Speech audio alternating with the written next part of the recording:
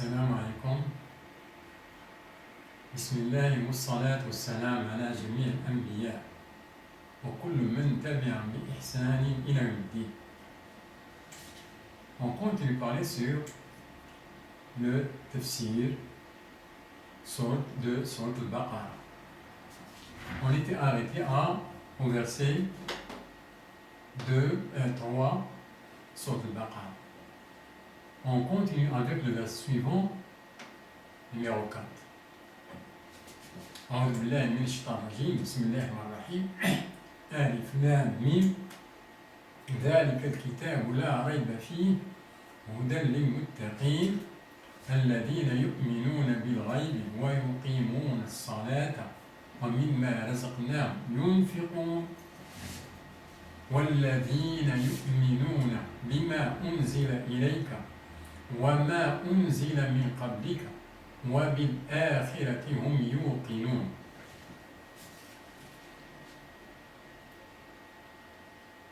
Je prends celui-là qui croit à l'invisible et accomplissent la salat et dépensent de ce que nous leur avons attribué. Ceux qui croient à ce qui t'a été descendu et à ce qui a été descendu avant toi et qui croient fermement à la vie future. Pour tafsir, l'explication, mon tafsir. Bon, ici, pour le verset 3, il a parlé de la croyance et du travail. Dans le verset 4, il a un peu donné les principales choses de la croyance. Il a parlé de la croyance. Il a un peu détaillé, mais ce n'est pas les détails, mais donner les principales de la croyance, principales choses de la croyance. Qui croient à l'invisible ici. Ceux qui croient à ce que t'a été descendu sur le livre, notre livre, le Coran, et à ce qui a été descendu avant toi. C'est toujours la croyance. On n'a pas vu, on ne voit pas les livres qui ont été descendus avant. Et à ce qui a été descendu avant toi et qui croit fermement à la vie future. Donc, il a donné les principales choses, ce sont les livres et la vie future.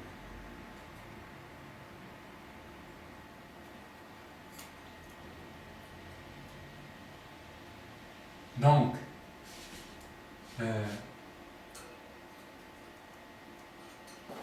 quand on prend la croyance, quand on voit, ou bien quand on prend la croyance au livre, si on croit au livre, dans les livres, il y a tout. Il y a toutes les croyances.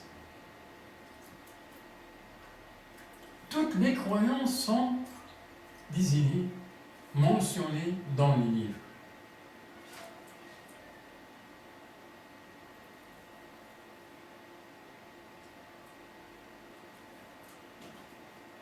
Et qui croient fermement à la vie future. Ici, il a parlé de la vie future pour dire que cette croyance-là demande quelque chose de plus. C'est un degré de plus. Ce n'est pas simplement croire comme ça, parce que les livres, ça c'est sûr, on a un livre, les livres qui ont été descendus, c'est quelque chose dans la vie, mais la vie future, elle n'est pas encore arrivée.